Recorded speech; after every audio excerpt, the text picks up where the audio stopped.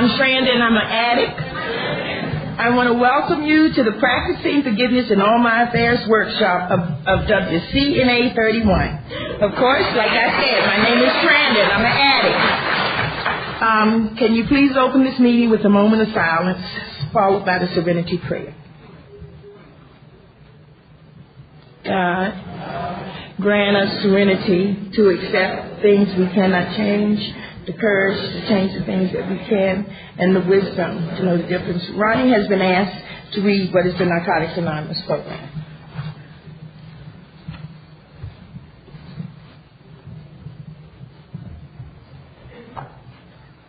Hi everyone, I'm Ronnie, I'm an addict.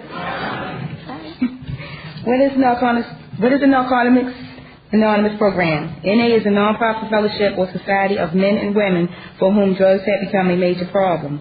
We are recovering addicts who meet regularly to help each other stay clean.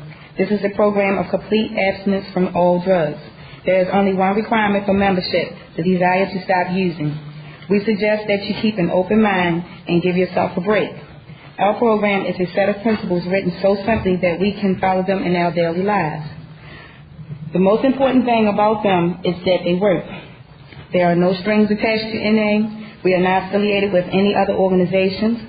We have no initiation fees or dues, no pledges to sign, no promises to make to anyone. We are not connected with any political, religious, or law enforcement groups and are under no surveillance at any time. Anyone may join us regardless of age, race, sexual identity, creed, religion, or lack of religion. We are not interested in what or how much you use or who your connections were, what you have done in the past, how much or how little you have, but only in what you have to do about your problem and how we can help.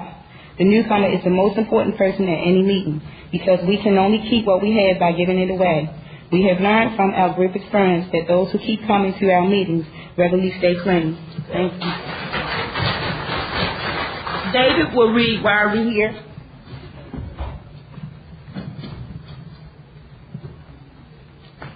Hello, I'm David, I'm an addict. Why are we here? Before coming to the fellowship of NA, we could not manage our lives. We could not live and enjoy life as other people do. We had to, when we had to have something different, and we thought we had found it in drugs. We placed the use ahead of the welfare of our families, our wives, our husbands, and our children. We had to have drugs at all costs. We did many people great harm, but most of all, we harmed ourselves. Through our inability to accept personal responsibility, we actually created our own problem. We seemed to be incapable of facing life on his own terms. Most of us realized that our addiction, we were slowly committing suicide, but addiction is such a cunning enemy of life that we had lost the power when to do anything about it. Many of us end up in jail or sought help through medicine, religion, and psychiatry.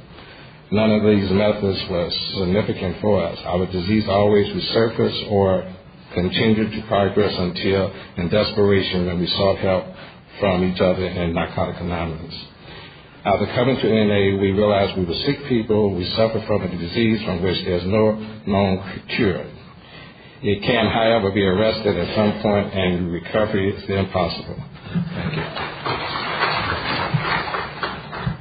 At this time, I would like to introduce our first speaker, Theresa H. from New Mexico.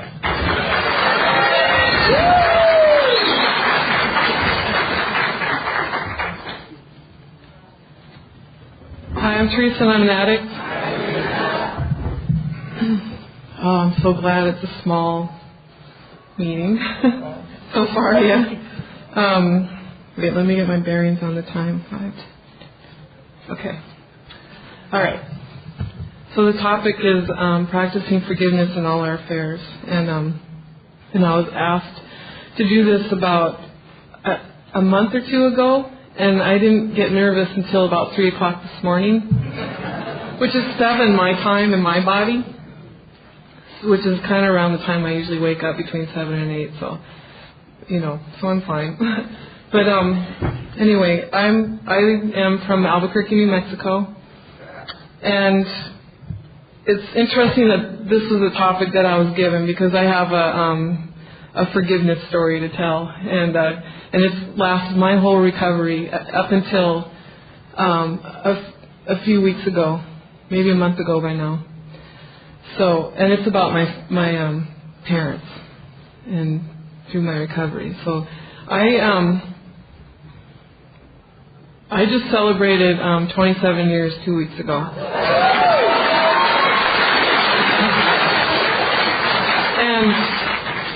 And no, I wasn't 4 when I got clean. People ask me that. I was, in 2 weeks from now, I'll be 46 years old. So I was 18 when I got clean. So this forgiveness story spans my whole recovery. And so here it goes. So when I was growing up, I grew up in LA, in what I consider a very violent home. And there were, I have 9 brothers and sisters and 2 parents. I have always, my parents are still together, family is intact that way. And I grew up, I'm the 7th of 10, and I grew up in a violent home. I was, somebody was always getting beat up, at home or being yelled at. And I remember I even got spit at in the face by my dad. And I remember, I tell my husband this story. I don't remember how old I was, but it wasn't more than 10 years old. And I remember my dad bringing me into his room, and he sat down. So we're like eye level. I'm standing, so I know I was young. And he's like, he's asking me, he's really pissed. I don't know what happened. And he's like, can you justify your existence? Can you tell me where you're going to be in 5 years? Just weird stuff for a little kid to deal with. And I also grew up in a home where there was incest, where the next door neighbor, the kids that we played with, their dad was molesting me. And so this sort of thing went on until I was about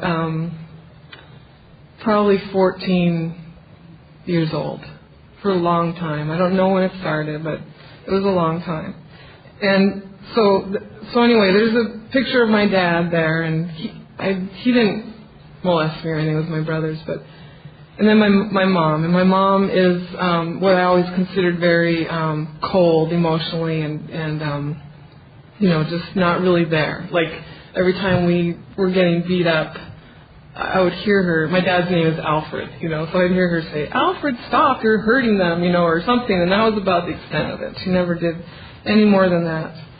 And so I was, looking back, I was destined to be standing here, in recovery, right? Eventually, and I remember when I was a kid, I wanted to be an addict when I grew up, because my older brothers were doing drugs, and I just assumed if you're doing drugs, you're an addict, and I wanted to be like them because they were willing to do whatever they wanted to do and take the consequences. If that meant getting beat up or whatever, then that's what they would do. And for me, I went more underground with what I was up to, so they didn't necessarily know what I was doing. And from a very early age, I tried to escape. I read books, I ate sugar, just stuff like that. And so anyway, so I end up, towards the end of my using, I was suicidal, would get really angry that I would even wake up the next day. I just wanted to be done. And at 18, I thought I knew everything already. I had done everything I already needed to do, and I was just done, like, okay, I'm mature now, let me go, And then I ended up in treatment, and in North Dakota, of all places. And then after treatment, I moved to Fargo, North Dakota. And this is because where I came from, I didn't tell anybody I was going, because I just didn't. My friends were not helpful in having me quit, So I just went on to the next town, and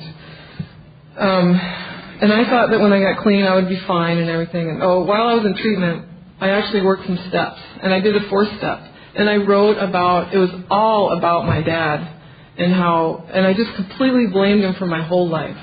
and just really, he really had a lot of power over me, or I allowed him to have a lot of power over my thinking and some of the things that I did. Like there was a point where in recovery I was in a relationship and we were living together and I didn't want my parents to know. So every night I would put the phone by my side of the bed just in case they called. They never called, but, just wanted to make sure. And so anyway, it was all about him. And when I used, it was about him a lot of times.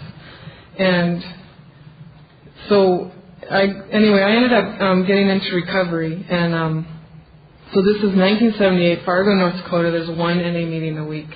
And I'm extremely shy, painfully shy. And I somehow made it to meetings. And in my recovery, at that time, I remember, before I got there, I was suicidal again. And I thought that if you're clean and not doing drugs, everything should be better, right?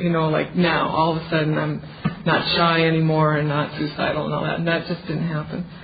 So I got into recovery, and throughout the years, I have worked on I have struggled with my parents. I have had the hardest time. I just didn't believe they loved me because I never heard it. I never got hugs from them, all that kind of stuff. My other brothers and sisters, we don't talk very much because when we do get together, it's all about them. It's all about my parents and how they were when we were growing up. And there was a lot of damage done. And to the point where, I have a brother that just won't even have kids. He just thinks he's going to be like my dad, so he just didn't have kids. I have another brother that he died a year ago, and he's a couple of years younger than me. And every time he would call me, he had to be drunk to call me, and that's the way it was when he would call my parents too. And that's how I was when I was using. And he ended up ODing a year ago on alcohol and Xanax, and one of his major things was he never ever got over how we grew up. He was just like he was too sensitive to this world, he just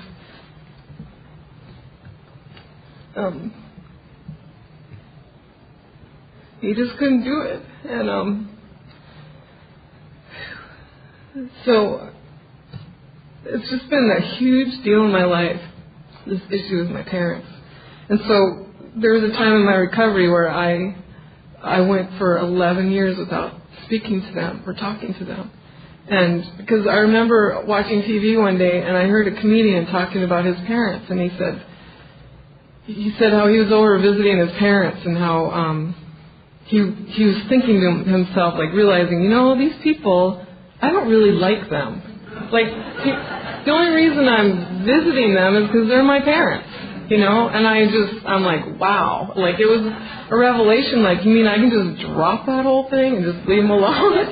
So I did, and I went to the extreme, and it was 11 years, So, anyway, so then there was a point where my husband and I, we moved to Albuquerque from LA after the earthquake in '94, and then we were going to go visit his folks in Minnesota and take a driving trip. And my daughter, who was young at the time, asked me if we were going to see my parents because she knew it was on the way. And I said, I don't think so. She's like, why not? They're my grandparents, and if I had kids and they'd never seen you, I'd want, and she's just going on. And I'm like, okay, we'll go see them. And so here's 11 years, no contact whatsoever, except my mom sends, cards at the appropriate times, but nothing back from us, never. And so so on the way there, we're in Wyoming, and I call my mom from the cell phone, and I call her to tell her we're coming, and I'm nervous, man. And she picks up the phone, and she goes, hello, and I go, hi, Mom, this is Theresa. And she goes, well, it's been a long time. And that was it, And I told her, well, we're on our way through, and so we'd like to stop and see you guys. And she goes, all right, well, as long as it's this day and not this day, because we have an appointment that we can't miss, It's just going on as if we see each other all the time. So I said, all right. So then we go there and we stay a few hours. And what I stay in there, I remembered that it's like there's like a 2 or 3 hour limit for me with them, and then I can't do it anymore. Because I start looking at my dad, and his eyes get all crazy, and he's like this really into books and research and stuff. My parents are really educated, and so he has a whole library, and they live in this 3-bedroom apartment, and he's got books everywhere. And you start talking about something, and he runs and grabs the book to prove his point, you know. And so it gets to the point where to me that's just too tedious, and I can't do it anymore, you know. And so about 2-3 hours later, it was just time to go, you know. And I get out of there, and I get to where I can't even breathe anymore, you know. So I leave there, and I go, and we're on our way and stuff. And then when we get back to Albuquerque 2 weeks later, one of my brothers calls and says, he lets me know that appointment that they had was that my dad had colon cancer, and he was going in the hospital to have his colon removed. You know, I was like, so that's how close we are. Like, he didn't even let me know that. So, like, I don't know, a few years go by and nothing's really going on between my parents and I. And then there's a point where there's some email going on. And then I, like Mother's Day and Father's Day, I send those e-cards through the email. So, because, you know, I go and I look at cards and they're sappy and they don't match how I feel for my parents, and I don't know what to do. But it's like I need to do something, you know, kind of.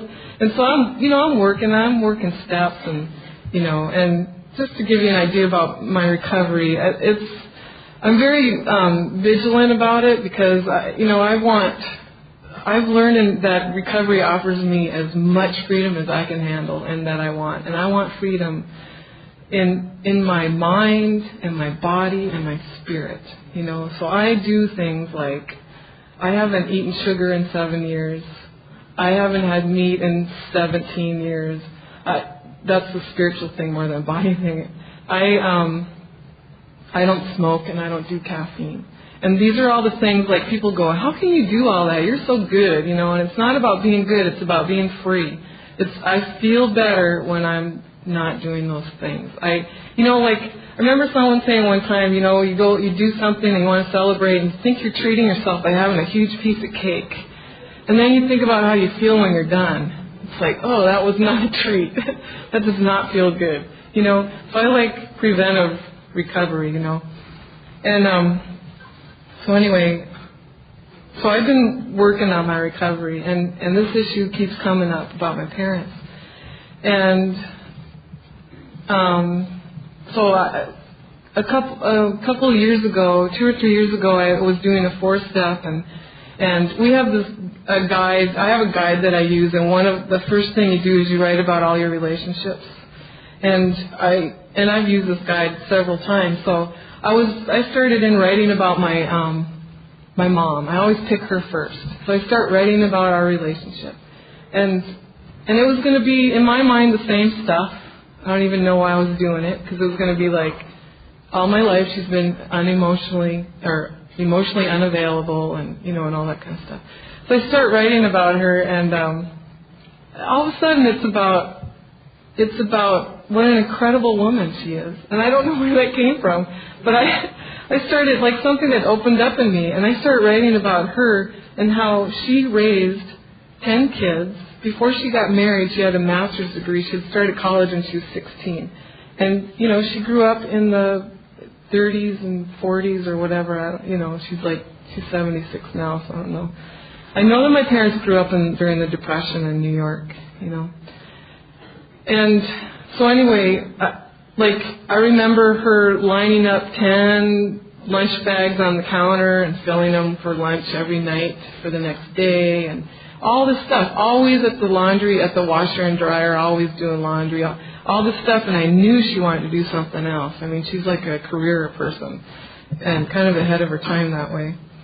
And so I realized what an incredible woman that she was, and so that was quite an insight to me, but I didn't know what to do with it. And so I think what I did was I just started maybe a little more email contact, and it was always to her, but I know that my dad would read whatever I wrote, you know, to her.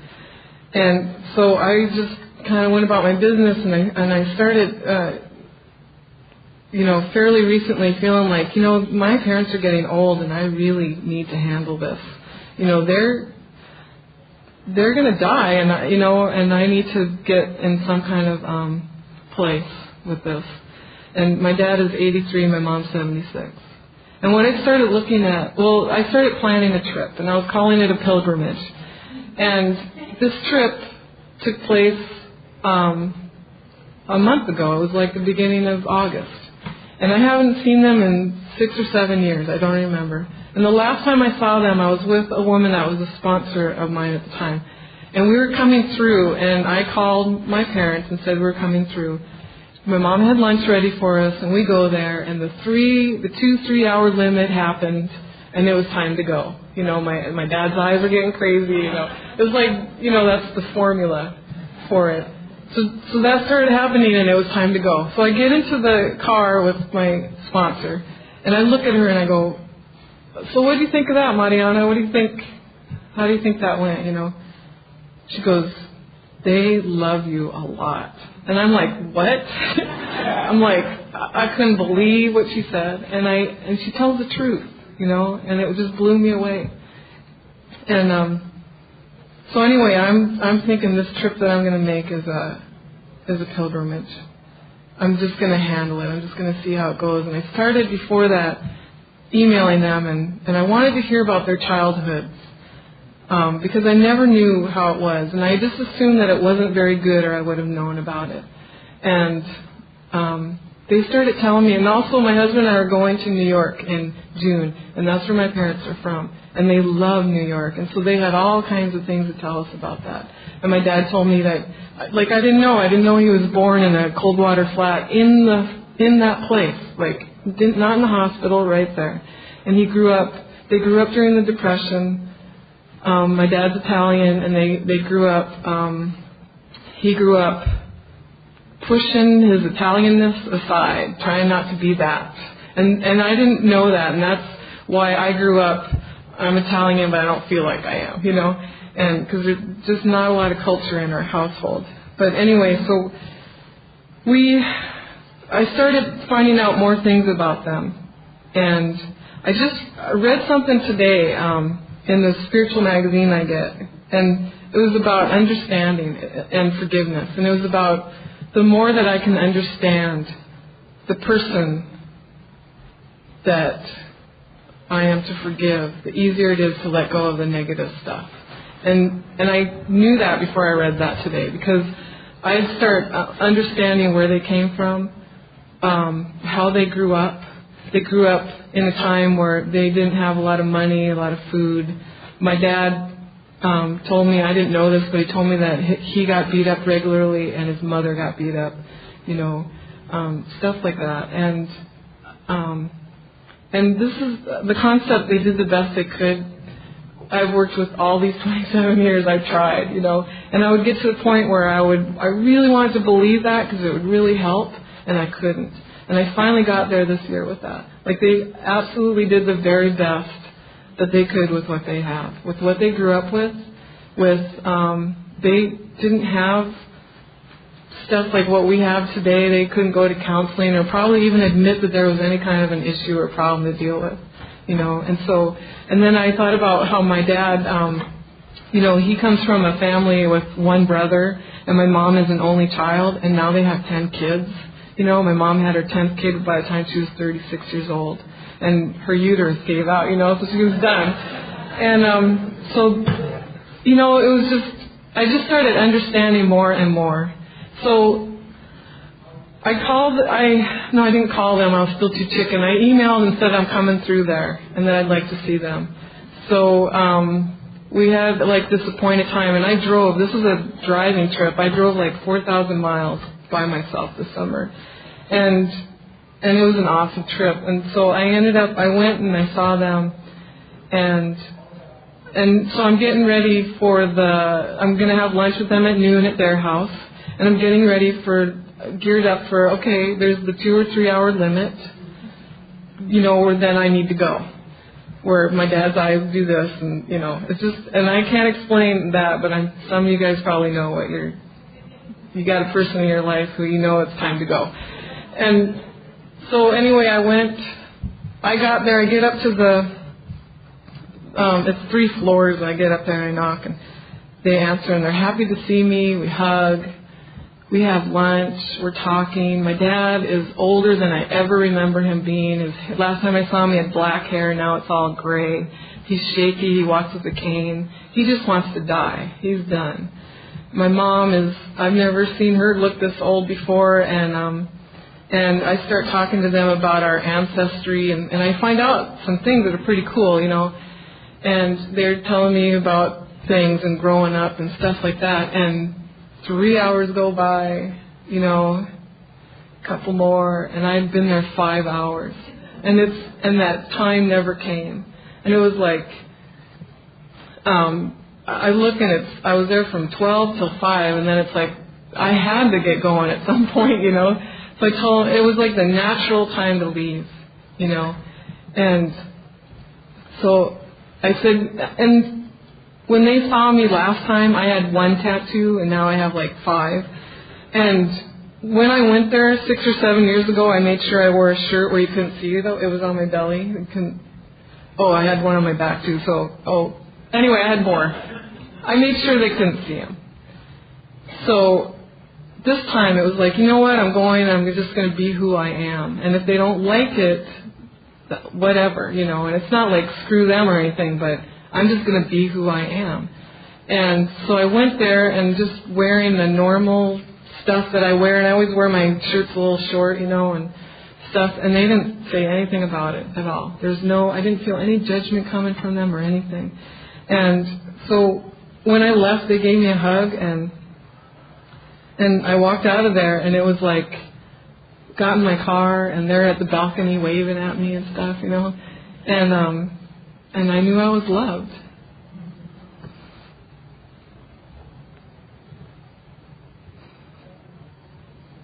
And,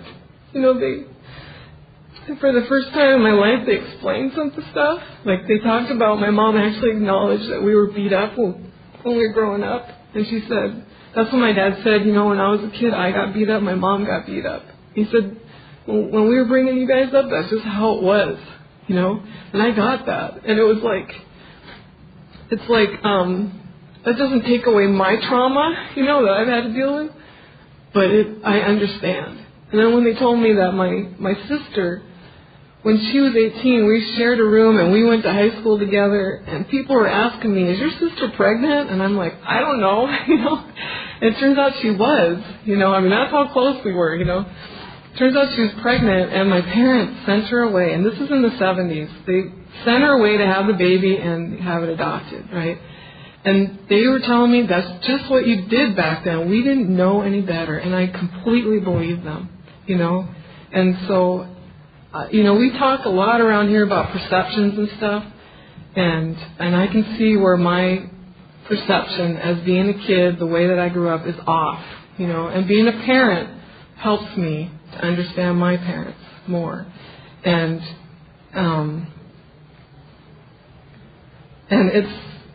I just never ever, and there's people in my life that know my struggle with my parents, and I never ever dreamed that I would get to this point with them. And it doesn't mean like now I'm going to go be visiting them and calling them up and all that kind of stuff.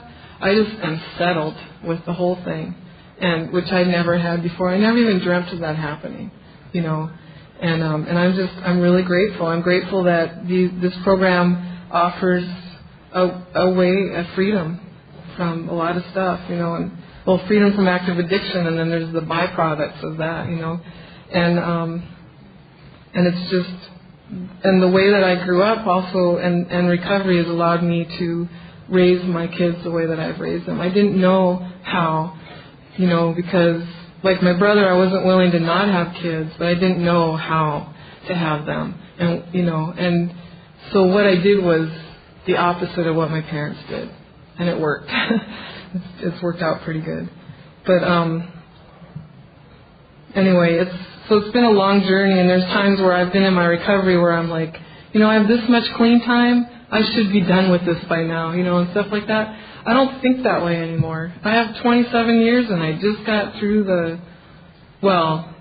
the parent thing, but I like to say I reserve a spot for that to come up again, because, things are never completely done. But anyway, I'm really grateful for being asked to share, and it's amazing that this is a topic, because this is a huge deal for me, a huge letting go, and I know that there's other people that struggle with this issue, and for the most part, forgiveness in my daily life, I think I do it the way that I just read this morning. It's about understanding and compassion, and that doesn't mean I jump right to that, but I want freedom, and forgiveness is for me.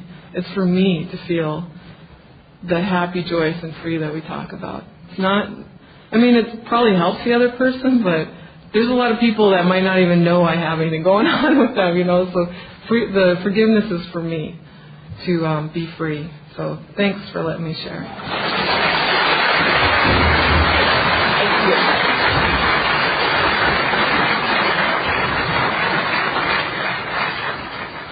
Thank you, Theresa. Now I would like to introduce our second speaker, Jim G. from North Carolina.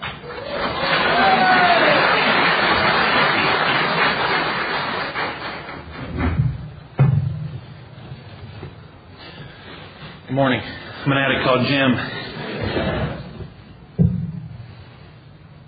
Will you all join me in another moment of silence, please?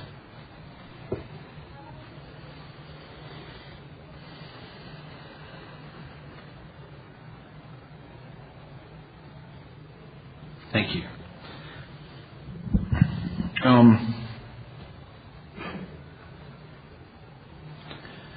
want to say first that I'm very grateful to have been offered this opportunity. I'm also very humbled by it.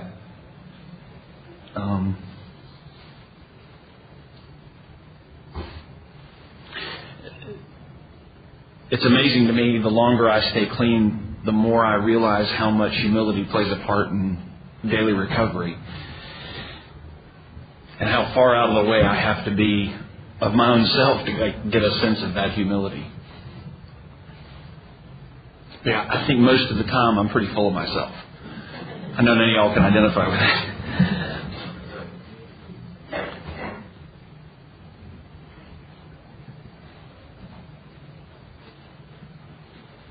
I've learned through experience that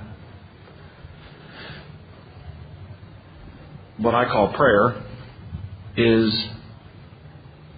continues to be an essential part of my recovery and my daily life. It is especially useful in opportunities like this to help get me out of the way. And I don't mean get me out of the way to where I'm just like a robot or anything. I mean get me out of the way so that whatever's in my spirit I can pass along.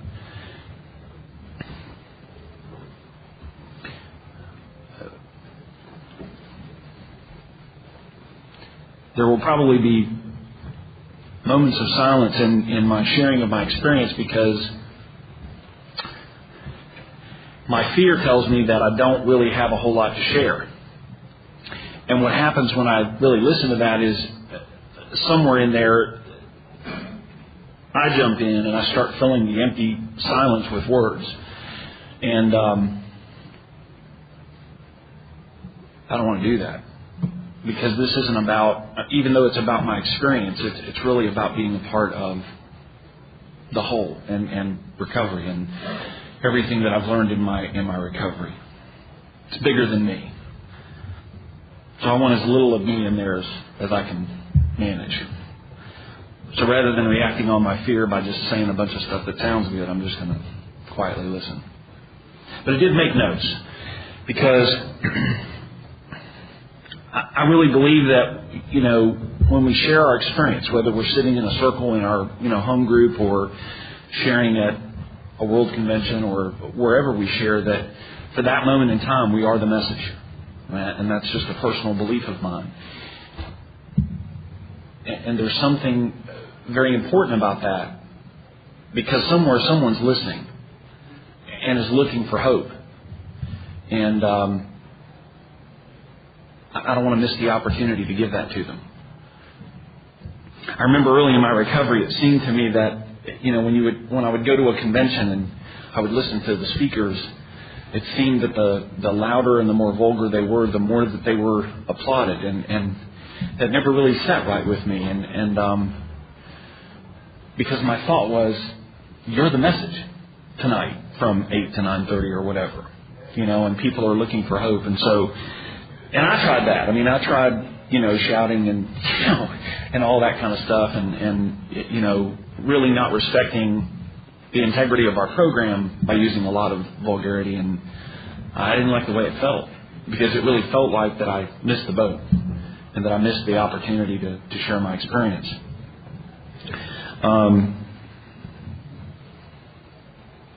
By the unmerited grace of a loving higher power, I've been clean for a little over 18 years.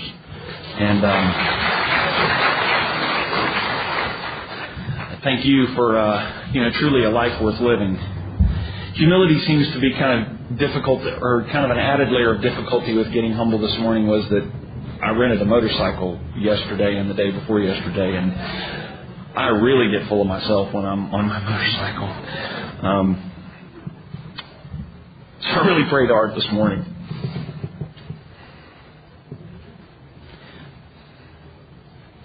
For me, forgiveness in all my affairs, kind of echoing what's already been shared, is that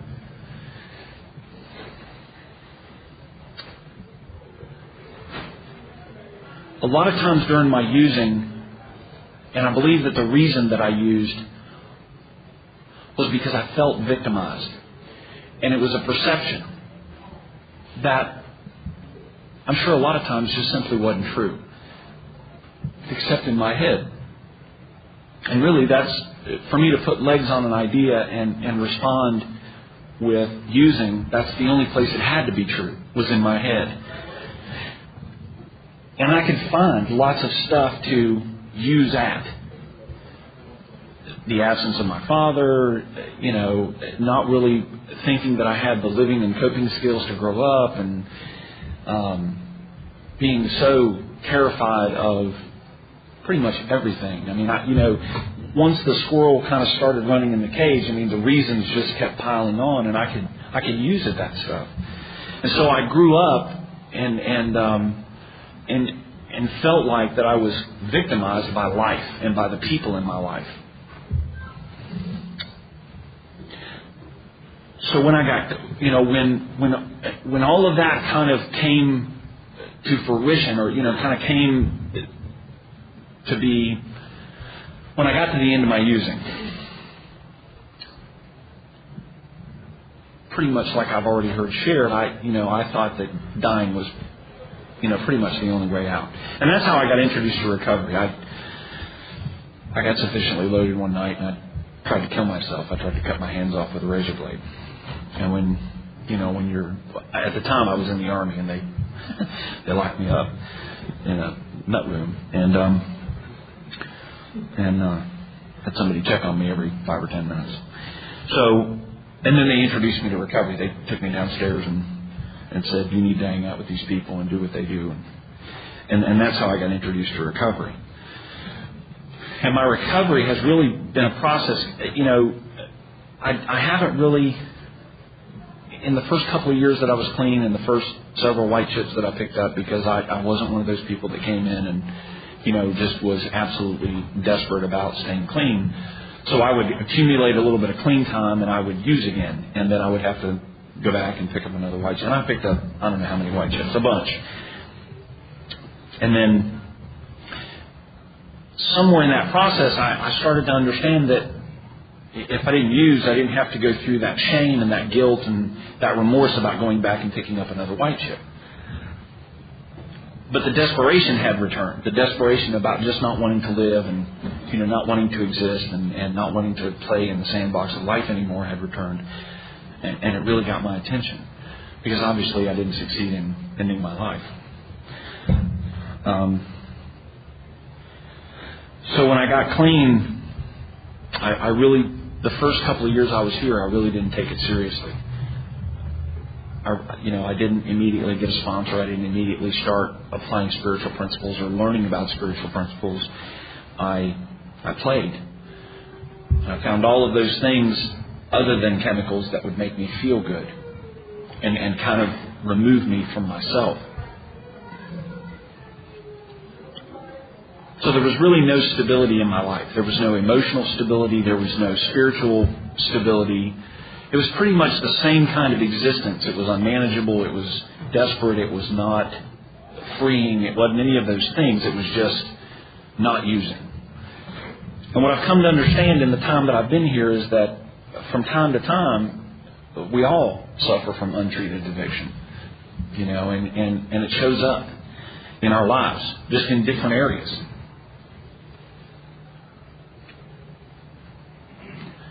Somewhere in the process of all of that, going out and riding motorcycles and raising Cain and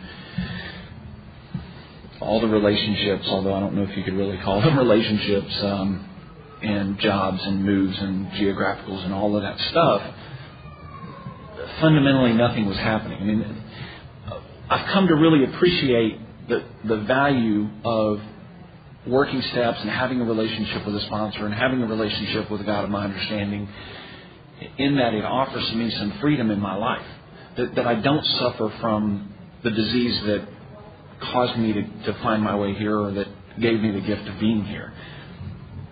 And so when I depart from that, I feel it and I think it, and I don't like it. So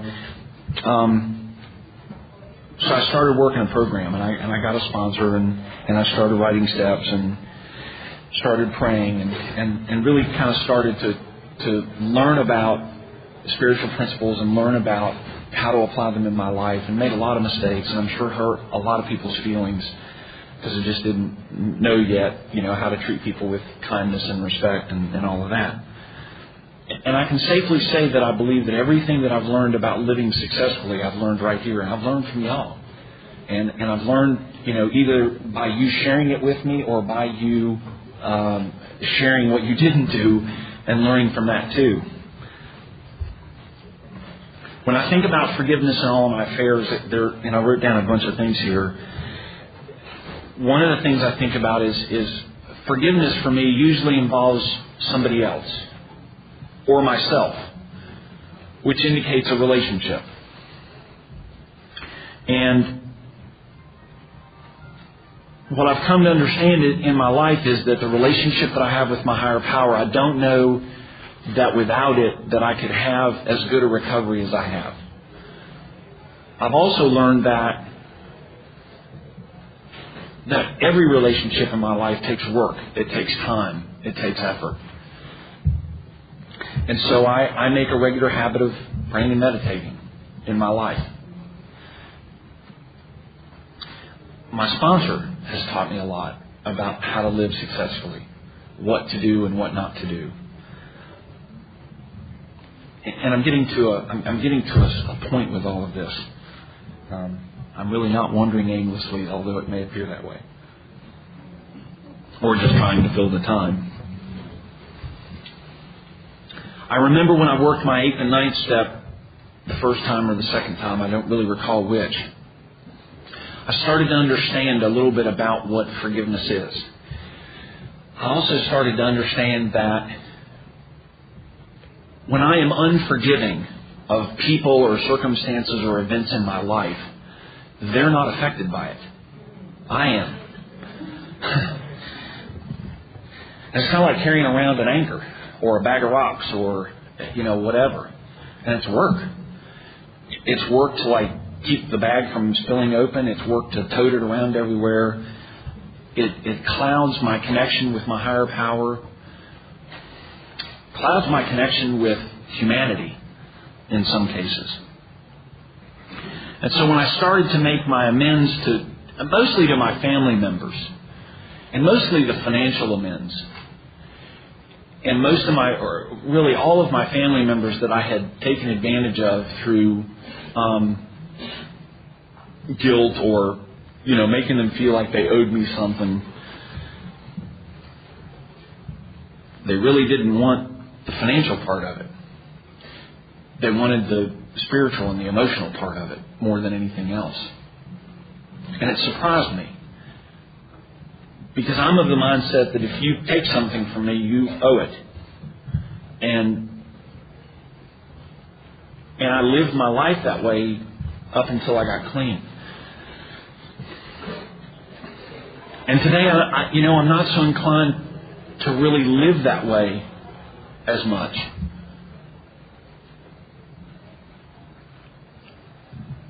I had an experience where, through staying clean and through practicing steps and having a sponsor and all of the stuff that we do to stay clean and stay alive, I've accumulated a handful of sponsees, and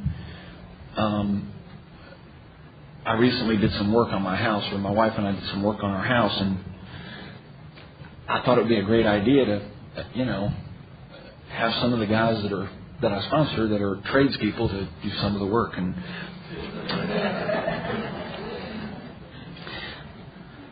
I had to practice some forgiveness in all of my affairs. I had a driveway board and a parking pad. And this is so funny. I got this truck. It's the biggest truck I've ever owned. 4-wheel drive, it's like 10 feet high. And so the first thing I did is realize that the truck wouldn't fit under my carport. So instead of lowering the truck, I ripped the carport off. Well, then when I ripped the carport off, and my wife forgave me for doing that, I had to pour concrete to have some place to park it. So I ran right out and got my sponsee, the concrete guy, to pour me a driveway and a parking pad. And the parking pad looked like the base for the Leaning Tower of Pisa. It was noticeably higher on one side than it was on the other side. It sort of looked like it had experienced an earthquake or a shift in gravity on one end or something. And I had to go to him and I had to say, this isn't going to work, because now my bed of my truck will rust because the water won't have anywhere to drain because it's parked like this. And what I learned through that process was, and it's kind of funny now, it wasn't funny then when we were writing checks, but what I've learned in that process is that the money, after it was all said and done, was the least important part of it. The integrity of the relationship was more important. You know what I mean? And I believe that that's practicing forgiveness.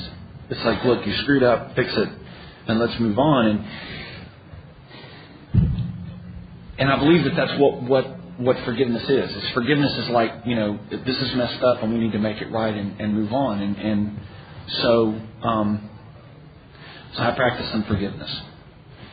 And when I say I practice, I really believe that all of the spiritual principles that I'm able to practice today, I kind of visualize the relationship that I have with my higher power as sort of being a portal, in that I believe that there's a little piece of God in all of us, however we understand God. And I believe that the broader that opening, the more God shows up in our lives. You know what I mean? And when I got clean, that portal was closed. There was no flow there. And as I've gotten clean and as I've learned the value in that portal being open and being able to apply that. So when I practice forgiveness, I guess what I'm really trying to say is I allow it to flow through the portal of the understanding that I have with my higher power. To me, it's like trust with legs. I trust that on the other side of being forgiven and hopefully forgiving others, that I'm going to be okay. Third step kind of stuff. The other thing that I've learned about practicing forgiveness, and I'm really glad that they use the word practice, because I really don't believe that, and this is kind of where I get to in my head, there are things in my life that I feel like I should know how to handle, or that I should know how to deal with, kind of echoing what you shared. And I hold myself accountable to that standard. I say I should know how to deal with this situation or this person or this whatever in my life, and I don't. And I have to ask for help. And I'm usually the last one to forgive myself for not knowing how to do something that I think I should know how to do. And it's amazing because somewhere in like early recovery, probably before recovery, when I was still picking up white chips or whatever it was, somebody said to me, why would you, they asked it to me like this. They walked up, it was like, white chip number 25 or whatever. And they walked up and they said, and I was sharing about, I should know how to do this. I mean, gee whiz, how many of these does it take to figure it out? You know? And I was just like, I mean, the ball bats in both hands, you know, hammering on myself about staying clean. And I mean, I don't think I left much of myself in that meeting when it was all said and done. And somebody walked up to me and they said, if I took you into an operating room and handed you a scalpel, would you know how to do a frontal lobotomy? Huh? You know, I said, what does that have to, you know, of course, now the squirrel's running. Well, what does that have to do with picking up white chips? And they said, hey, why is it that you expect yourself to know how to do something you've never taken the time to learn how to do? Ding, you know, like, you know, those light bulb moments, those God spot shot things, you know, and so I've learned that for me, life is always about learning. It's always about growing. It's always about learning new ways to apply principles, you know, which to me is what recovery is. It's treating a disease that never goes away, that is incurable, that is fatal, that is progressive.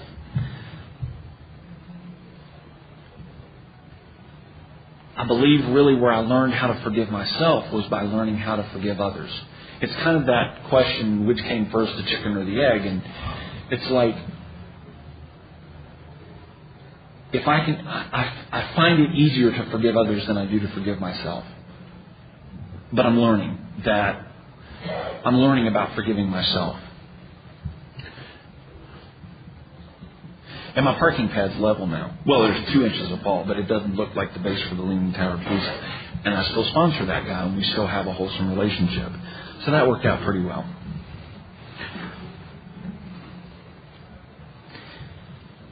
Another thing I've learned about forgiveness in all of my affairs is the idea of compassion. And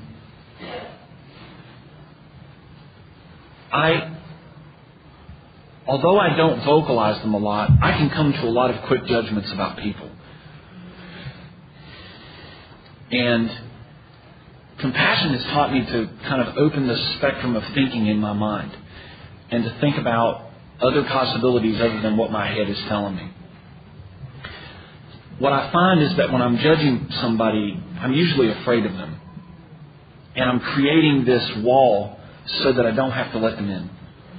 So that I don't have to, you know, take the time and the energy to have a relationship with them or an acquaintanceship with them. So for me, practicing compassion is also like practicing forgiveness. Because I'm trying to look at it through their eyes. Trying to understand where they've come from. And respect that. Whatever it is. I have a relationship with a young man that came into my life many years ago. I'm not real good with times and stuff. Dates and all that kind of stuff. Or names, for the matter. So if, you know, you introduce and I don't remember your name, forgive me, please, because I have no short-term. And it's not that I don't care, it's just that I really don't remember. And I know I've hurt some feelings about that, so I hope I'm forgiven for that. But over the years, I've had this relationship with this young man, and for a time, I let him live with us, my wife and I. And he was clean, and he was going to meetings, and he was taking care of his recovery. And then he got into school, and his life got very busy with school and part-time work, et cetera, and he stopped paying as much attention to his recovery. And he took advantage of some of the kindnesses that we had extended to him.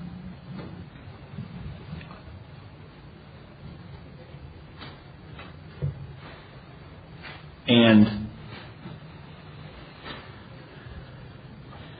then he started playing one of us against the other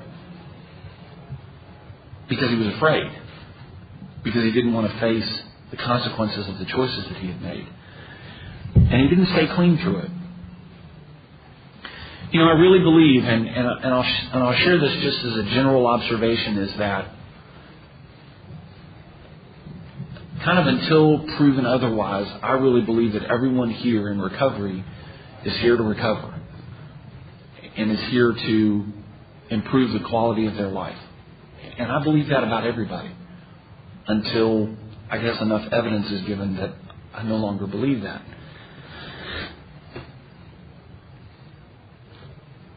I've observed in the time that I've been clean that it's so easy to walk into our midst, into our fellowship, and learn our lingo and act as though you truly want to be loved and want people to have compassion. I've also learned that if you're not living that way, it shows up. And and I understand that that everybody has a place to be in their recovery, wherever that is, on any given day. Because I have that place to be in my recovery, wherever that is on any given day. And that's helped me a lot with compassion. Because I don't know. Until I get to know you and know where you are in your process, I don't know where that place is. And over the years, what I've tried to understand and try to practice in my life is that I don't want to keyhole you into a spot in my head that you can never get out of.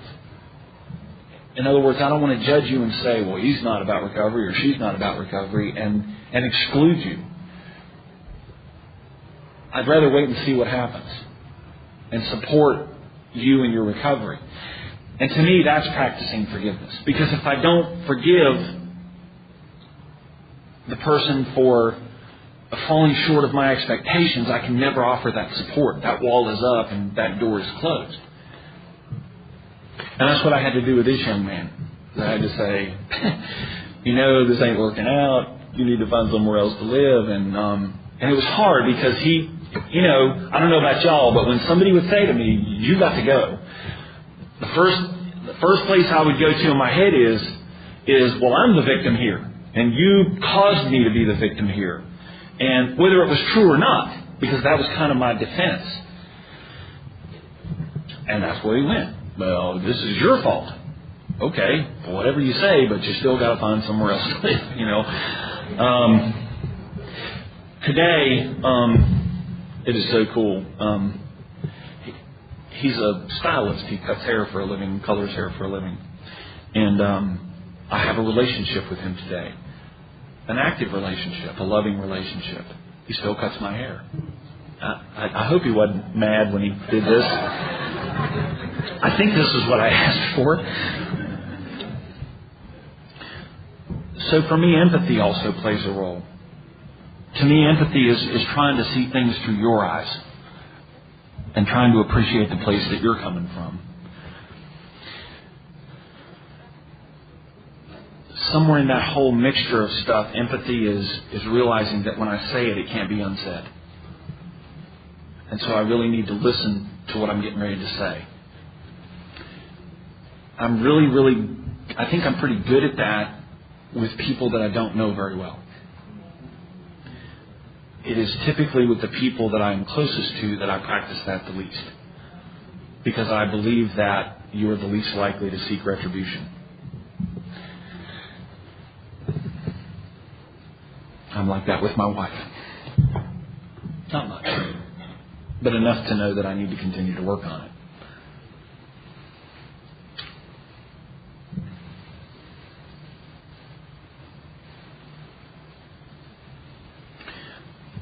All of that kind of brings me to this place.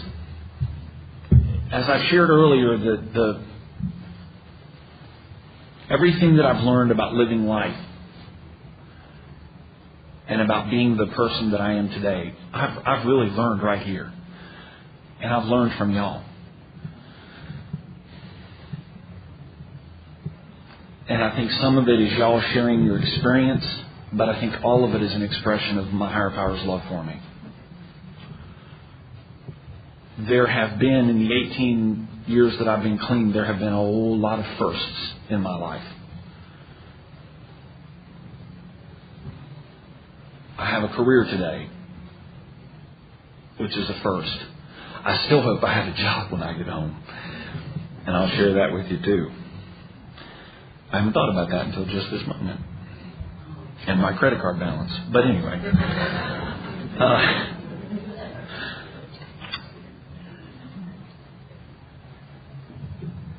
what I believe is I believe that the more we grow and the more we learn, perhaps the bigger the task becomes. Perhaps the more challenging the responsibility becomes, because we have more stuff to apply to it, just by way of our experience.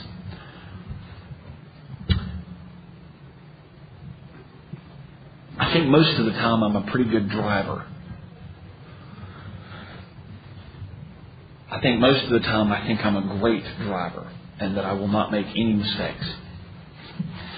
The reality is that I can make mistakes, usually when I least expect it. I work for a telecommunications company back home. I'm a technician, and my job involves a lot of driving. And my company takes a very serious approach to safe driving because they don't carry insurance. They're self-insured. So when you run into somebody, it isn't Allstate that writes the checks, it's the company. So they place a very high priority on safe driving.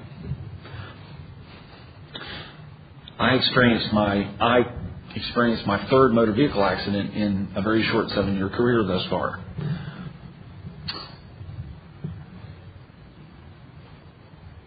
There's a potential, I don't think it's going to happen, but there's a potential that when I get home I could lose my job. Because they don't have to go to a whole lot of people and ask permission if you're an unsafe employee and you're going to continue to wreck their cars, et cetera, et cetera. So that's what I'm working on forgiveness right now, is forgiving myself for not seeing the post behind my van that broke my window.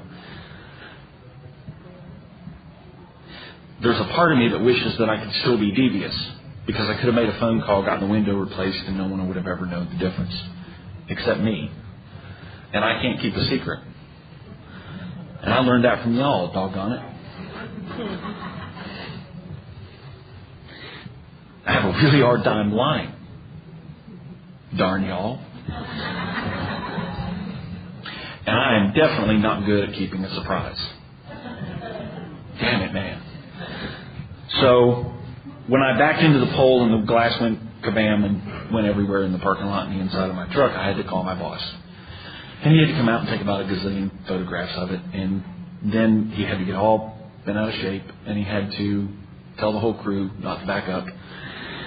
And then I had to tell the whole crew why he was telling the whole crew not to back up. And it was because of me. So I asked him, do I need to start looking for another job? And he said, I don't know, but it's going to hurt. So then I called the union. And I said, do I need to start looking for another job? And they said, probably not, but you'll probably get a week off. And then I'm thinking about my credit card balance, because that money's got to come from somewhere.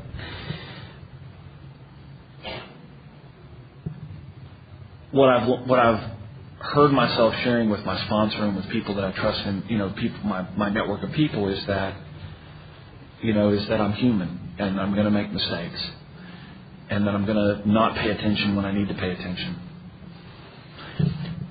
What I've also learned is that if I go home and they say, we want your keys and your ID badge, is that I will have no regrets. I will have a regret about causing that to happen, but I won't have any regrets about the way I handled it. I will not have lied. I will not have deceived anyone. I will not have brought any more darkness to that situation. I will have practiced integrity. It won't make it any easier, but it will be one less thing that I'll have to regret in my life.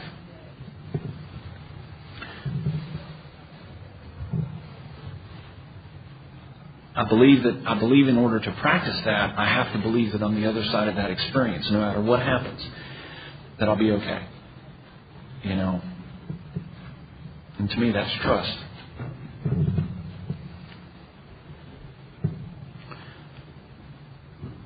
Another one of the first that happened in my life is I learned how to have a relationship with another human being. And I've learned that right here. And I've had the opportunity to share that with people in my life. Up until the time I got clean, most of my relationships were not about unconditional love. They were either out of necessity, for some place to stay, food to eat, or they were out of obsession. But they weren't really based in spiritual principles. I know none of y'all can identify with that.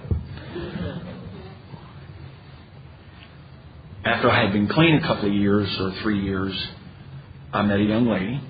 We became friends. There was no deviousness on my part, and I don't think on hers either. And I asked her out on a date, because that's another thing I had never done until I got here, was go out on a date. I would go to, the places that we went to pick somebody up, and then all of a sudden you're moving your stuff in, and a few weeks later you're moving your stuff back out again, and that was a relationship, Somewhere in there you did what people that live together do, and so I met a young lady and opened myself up to the possibility that I could be successful in a relationship, because until that point in time I couldn't. And it wasn't that I was incapable, it was that there was too much of me in the way. There was too much of my will and what I wanted, the me stuff. Our first date was on the 14th of September of 1990. 6 months later, we were living together. And on the 4th of September of 1991, we got married. And I have no regrets about that at all. I even asked her mom and dad for her hand, because that was important to me. It was important to me that they would accept me as a son-in-law. It was scary as all get out. I felt like I proposed 3 times.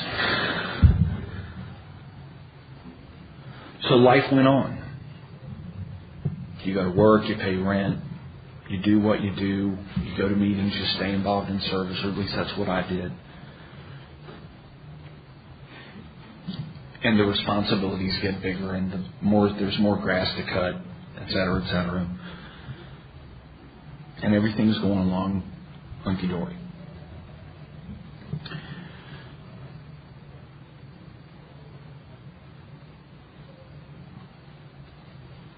One night a few years ago, about 3 years ago or 3.5 years ago,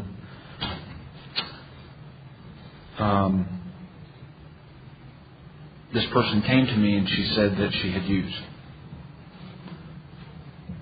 At the time, she had about 12 years clean.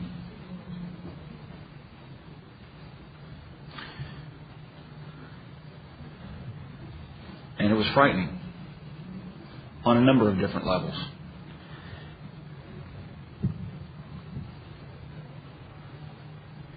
I know this is going to sound a little strange, and it's probably going to be very easily misunderstood. But I believe so much in that my higher power has my best interests at heart, and that sometimes I don't know what that is. That if through some of the many ways that my higher power communicates with me, if he told me to go use, I would do that. If I believed that that's what he wanted me to do. So there was fear on a number of different levels. There was fear that I wouldn't be able to stay clean. There was a big fear that my relationship would end or would dramatically change. There was a fear that this person would not stay clean or get clean again. There were 6 hamsters running.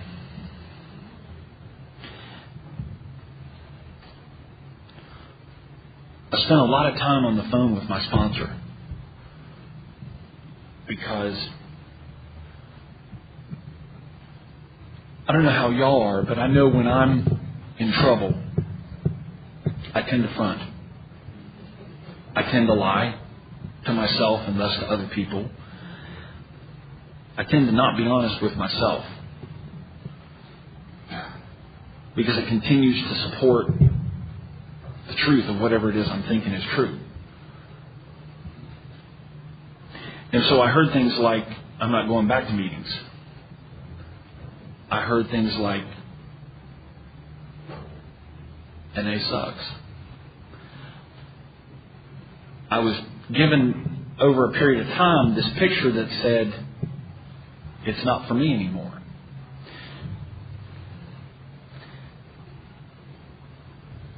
And for me, this is who I am.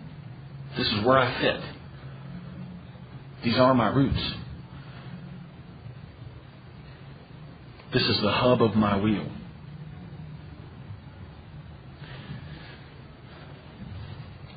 What I've learned is that, and I love this sentence in the basic text, it says, everything we know is subject to revision, especially what we know about the truth. Because what's true today may be false tomorrow. What's real today may not be real next week. So I was faced with a couple of decisions that I burned up a lot of phone minutes talking to my sponsor. What do I do? You know? Somewhere in the process of that whole series of relapses, I made the decision that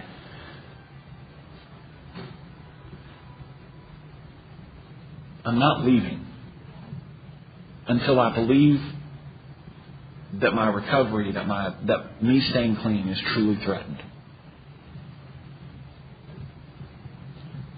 So I didn't leave. I thought about it a lot, but I didn't do it. And to me, the single biggest gift of my recovery, among the many relationships that I have, is the relationship that I have with my wife. It's the gift that continues to give every day. Somewhere in my marriage vows, there was this thing that said, in sickness and in health. And I got married in a courthouse. I'm surprised it was in there. But it said in sickness and in health. So if I really believe that we suffer from a disease and not a moral deficiency, then equally I believe that we're sick. So that kind of falls into the category of in sickness and in health.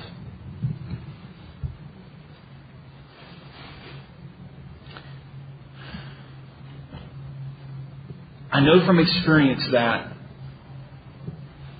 once the words come out of my mouth, I'm done with this, you can't take them back. You can't restore whatever piece of the person that you've just taken away from immediately as you've taken it away. So I stayed. And I talked. Okay. And I talked about, I talked a lot with my sponsor. I talked a lot with my wife. I stayed vigilant. I stayed in my home group and I stayed open about the way that I was feeling and thinking. I didn't put legs on any of the thoughts and ideas that I had about running away or dramatically changing my marriage. I restored trust. And it was work. And again, when I'm saying I'm talking about that portal. I'm talking to you about the relationship that I have with my higher power.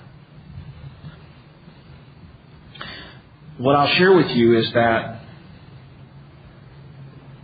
my wife will have 2 years clean in February of next year.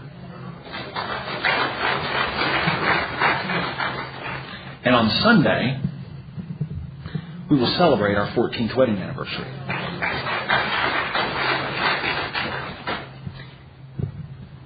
And I have never been more in love with a human being as I am today. The gift that keeps on giving.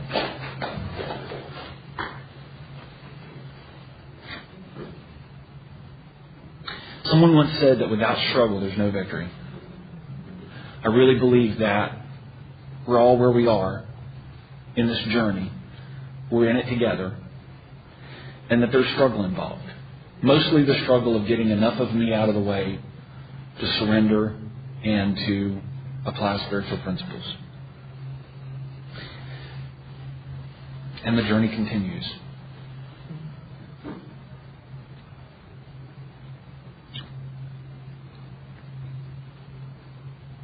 I hope that I said something useful. I hope that I said something that offered hope. And I hope that if I've stirred something in your spirit that bothers you, that you do with it what you need to do with it and get some freedom behind it. I'm really grateful to have had this opportunity. I hope you guys have a great time here in Honolulu, Hawaii, and at the convention. And if no one's told you today that they love you and that they believe in you, I do. Thanks.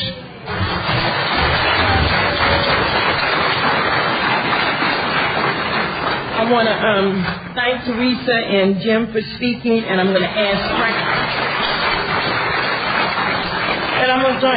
Francis J. from Virginia to come up and read We Do Recover.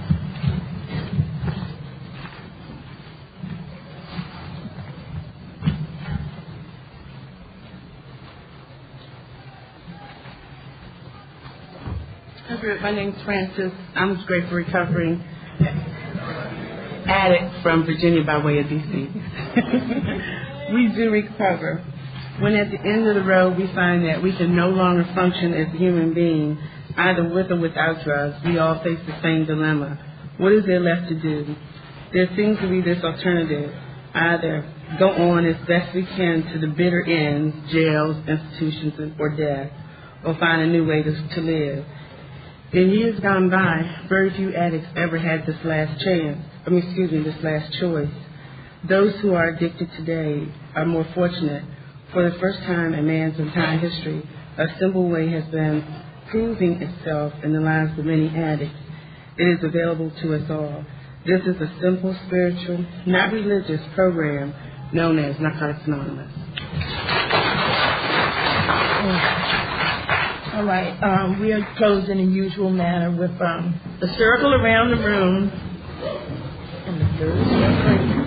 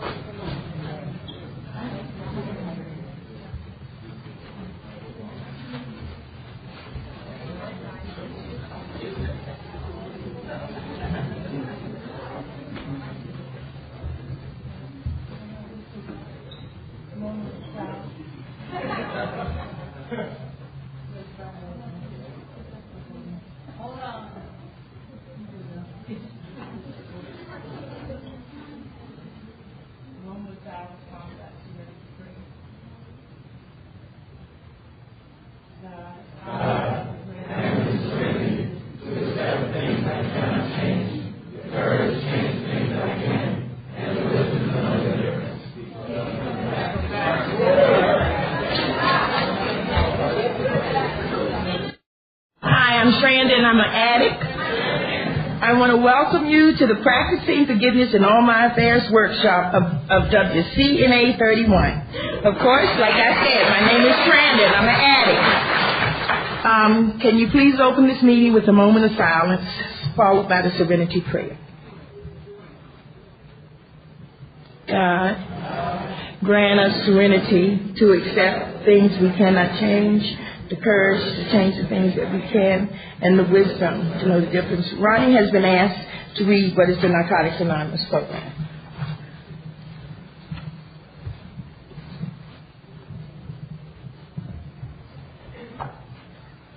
Hi everyone, I'm Ronnie, I'm an addict. Hi.